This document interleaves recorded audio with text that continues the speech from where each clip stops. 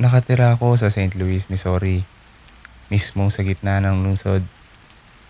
Ang mataas na crime rate dito ay hindi biro dahil halos araw-araw may mga balitang lumalabas tungkol sa mga nakatakot na pangyayari.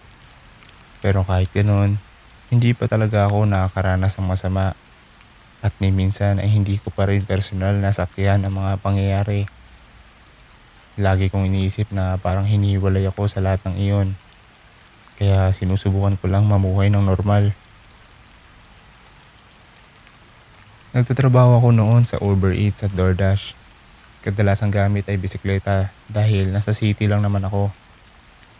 Sa araw na iyon, puro Uber Eats ang ginagawa ko at nagsimula ako bandang oras ng hapunan. Hindi maganda ang panahon. Maulap at pabugso-bugsong ulan pero parte iyon ng trabaho. Hindi naman kikita kung hindi ko rin gagawin. Bandang alas 11 ng gabi, napadpad ako ng medyo malayo mula sa karaniwan kong lugar sa gitna ng lungsod. At habang palakas ang ulan, inisip ko nang bumalik para ilapit ang pwesto ko ng malapit sa bahay. Pero biglang may lumabas na order na hindi ko matanggihan. $30 para sa isang delivery na 2 milya lang ang layo. Para may ideya ka, nasa gilid ako ng lungsod noon. Malapit na ako sa nito nagiging suburban area. May maliliit na bahay at malalaking apartment building. Hindi iyon magandang lugar, pero hindi rin bago sa akin. Dumaretso ako sa restaurant, kinuha ang order at inilagay sa bike. Habang ginagawa ko yon, may sasakyang nakapark malapit na ang headlights ay tumatama sa sidewalk kung nasaan ako. Matagal na itong nakahinto roon. Sumakay ako sa bike at nagsimulang bumiyahe. At napansin ko na gumalaw din ang kotse at sumunod sa likod ko. Akala ko nagkataon lang.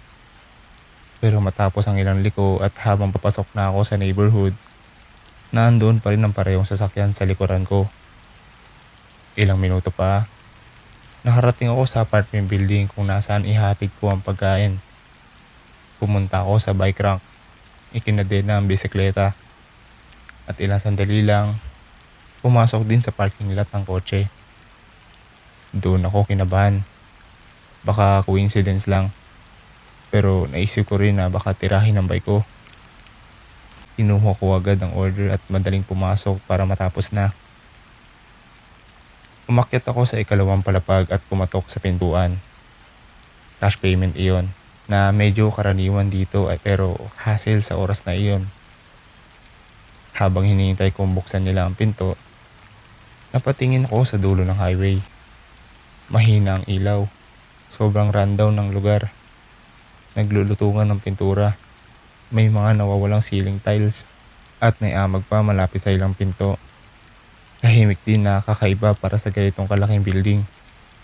Sapat ang katahimikan para marinig ko ang 2 taong umaakyat sa hagdan. Pumatok ulit ako pero nakatingin pa rin ako sa dulo ng highway. Ramdam ko ang bilis ng tibok ng puso ko. Parang may mali. At doon ko sila nakita. 2 lalaki. Nakatitig habang papalapit. Hindi pa rin binubuksan ng pinto ng customer. Gusto kong umalis at dumaan sa kanila pero hinarangan nila ang daan ko. Itinulak ako pabalik. Biglang bumukas ang pinto. At may isa pang lalaki na halatang kasabot nila. Pilit nila akong pinasok sa loob. Isinara at nilak ang pinto. Sumisigaw na ako para sa buhay ko. Walang ideya kung anong nangyayari. Tinakot nila ako at hinila papasok sa kwarto na walang laman. Itinapon nila ako sa loob at nilak ang pinto. Doon ako nakaupo. Nag-iisa sa gitna ng maliit at bakanting kwarto. Wala akong magawa kundi kabahan at matakot. Naririnig ko silang nag-uusap. At nabanggit nila ang tungkol sa ating dalawa na ipinasok sa kotse. 2? Hindi ko maintindihan kung sino ang tinutukoy nila. Bigla, may sumigaw. Hindi sila, kundi mga pulis na nasa labas. Pilit silang pinapabukas ang pinto. Sa tunog ng mga boses, parang hindi na sila lumaban. Ilang sandali pa, iniligtas na ako palabas at doon ko nalaman kung ano ang ibig sabihin ng ating dalawa. May isa pa palang biktima sa kabilang kwarto. Mga 10 minuto bago ako dumating. Ginawa rin nila iyon sa isa pang delivery person. Isang kapitbahay ang nakarinig ng kaguluhan at agad tumawag ng tulong. Kaya mabilis nakarating ang pulis. Kung hindi dumating ang mga pulis, hindi ko alam kung ano ang mangyayari. Wala ring inamin ng 3 lalaki. Kaya ang mga pulis ay pwede manghinala lang sa batay sa mga ebidensya. Buti na lang, mukhang iyon lang ang una nilang tangkang gawin ito. At sana iyon na ang huli. Hindi ko na maisip kung ano pang maaaring mangyari kung hindi dahil sa kapitbahay na nagligtas sa amin. Nagtatrabaho ako para sa isang tech company bilang customer support agent sa kanilang 24/7 live chat service. Dahil sa nature ng trabaho, nakakapag-work from home ako. Ang downside nga lang ay panggabi ang shift ko. Nasa comfort ka nga ng sarili mong bahay, pero kailangan mo magpuyat buong gabi. Isa itong regular work night. Nakabukas ng laptop ko, yung plug-in na automatic na tumatanggap ng bagong chats. Siguro mga 5 hanggang 10 customer kada oras. At kadalasan, natatapos ang chat sa loob ng 2 minuto. Kaya halos naghihintay lang ako sa buong shift. May mainit akong kape sa mesa at naka-open din ang YouTube sa isa pang monitor. Mga bandang 2:00 ng umaga o baka mas maaga pa, tinutulungan ko ang isang customer para sa refund nila. Nang may marinig akong tunog sa labas. May isang lalaki tila sumisigaw, humihingi ng tulong. May kung anong kilabot akong naramdaman kasi parang sobrang lapit lang niya. Halos nasa labas mismo ng bahay ko. Dahil nasa gitna ako ng chat, hindi agad ako makalis para tignan kung sino iyon. At sa totoo lang, hindi ko rin alam kung gusto ko talagang alamin. May masama akong gutob. Nagpatuloy akong tumulong sa customer habang naririnig ko ang lalaki na paulit-ulit na sumisigaw ng tulong sa background ng ilang minuto. Pagkatapos ko sa chat, nagpa siya akong silipin na lang kung ano ang nangyayari. Pero sa isip-isip ko, kung talagang kailangan niya ng tulong, bakit siya nakatayo sa isang lugar ng matagal? Buwaba ako at nang marinig ko ulit siyang sumisigaw, na-realize kong nasa bandang likod lang siya ng bahay ko. Lumapit ako sa bintana at sumilip sa blinds.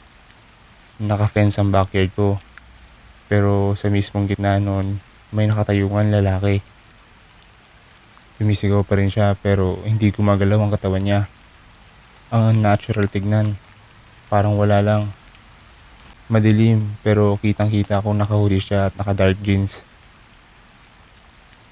Naisip ko na mas mabuting wag ko na lang siyang patulan. Malamang lasing o adik lang siya. Iniwan ko yung bintana at bumalik sa itaas. Pero halos kasunod lang nun, bigla siyang tumigil sa pagsigaw. Nakakakilabot kasi parang alam niya nandoon ako. Pero umasa lang ako na ibig sabihin na nun, aalis na siya. Maya-maya, may bago na naman akong customer na kailangan tulungan. Nagsimulang mag-type ako ng message. Pero bago ko pa matapos, biglang may sobrang lakas na katok mula sa ibaba. Batay sa tunog, galing yun sa likod ng pinto. Agad kong naisip na siya nga yung lalaki at bigla akong kinabahan. Ano ba yung kailangan niya? At halatang hindi siya aalis hanggat hindi niya nakukuha yun. Dali-dali kong tinapos ang chat. Kinuha ang cellphone ko at inireport siya sa pulis. Pagbalik ko sa ibaba, sumilip ako sa hallway at doon ko agad siya nakita. Nakatayo mismo sa likod ng pinto. Nakadikit ang mukha niya sa pinto habang nakatingin diretso sa akin. Sinimulan niyang hampasin ulit ang pinto at hindi ko alam kung ano pa ang dapat kong gawin. Kaya natulala lang ako. Mga 30 segundos siguro Bumagsak ang mukha niya at umatras. Lumakad siya palayo sa backyard at inakyat ang bakod. Akala ko tapos na, pero habang nakasilip ako, kita ko pa yung anino niya sa pagitan ng mga swiwang ng bakod. At doon ko napansin na may iba pang mga anino. Maraming tao sa labas ng bakod. Dumating yung mga pulis at tinake note nila yung buong pangyayari. Inilarawan ko yung lalaki sa abot na makakaya ko. Pero sa tingin ko, hindi siya mag-isa. Baka buong grupo sila na may binabalak. Baka yung lalaki ay panakot lang para palabasin ako.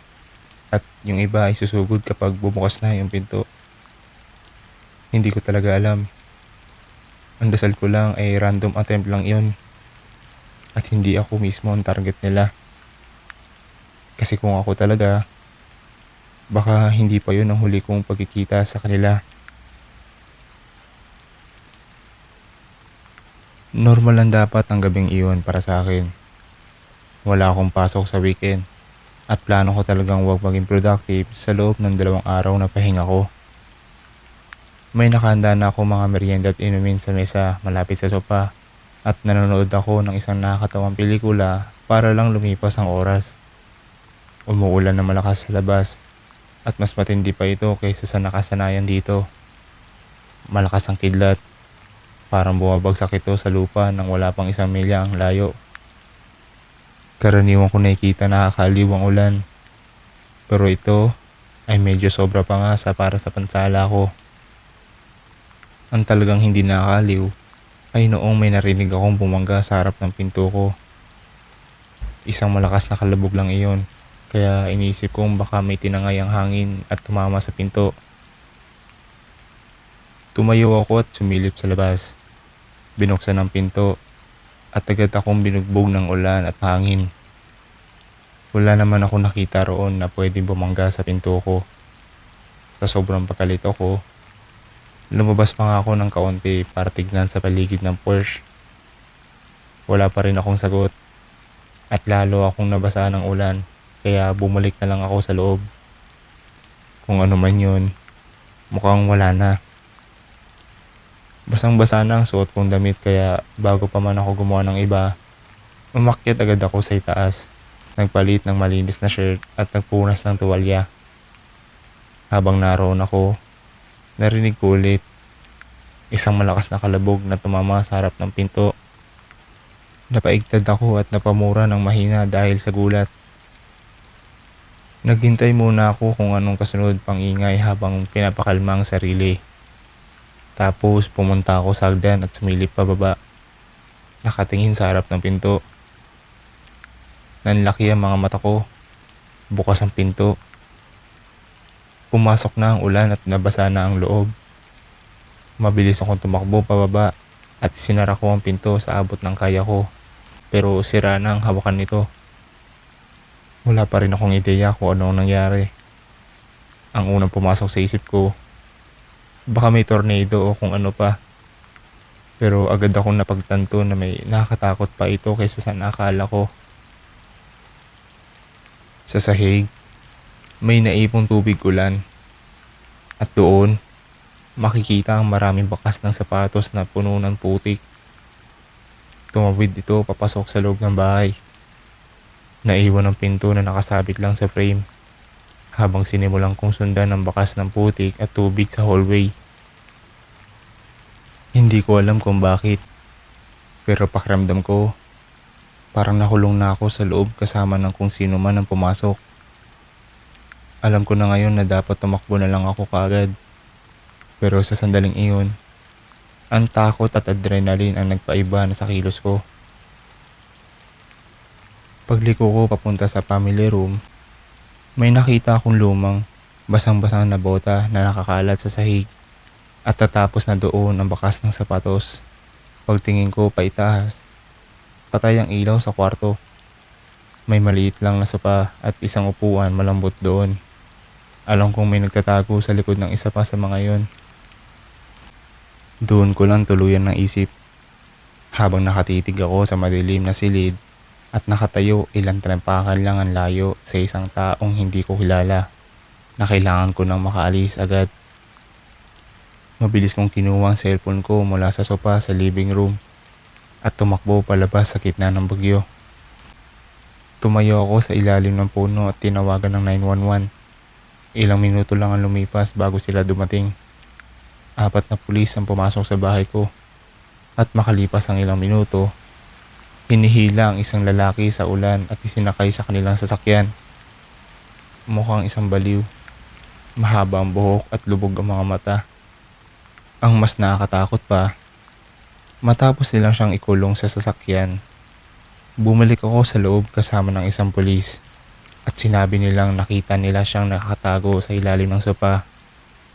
Ibig sabihin, habang nakatitig ako sa madilim na kwarto kanina, malamang nakatitig din siya pabalik sa akin. Mas masama pa, may nakita kaming maso sa likod ng sopa kung saan siya nakatago. Malinaw na ginamit niya iyon para basagin ang pinto. Pero kung ano pa ang plano niyang gawin gamit iyon, ay hindi na alam. Sana manatili siyang nakakulong ng matagal. Kung hindi, baka mamuhay na akong laging balisa habang nakatira pa ako sa bahay.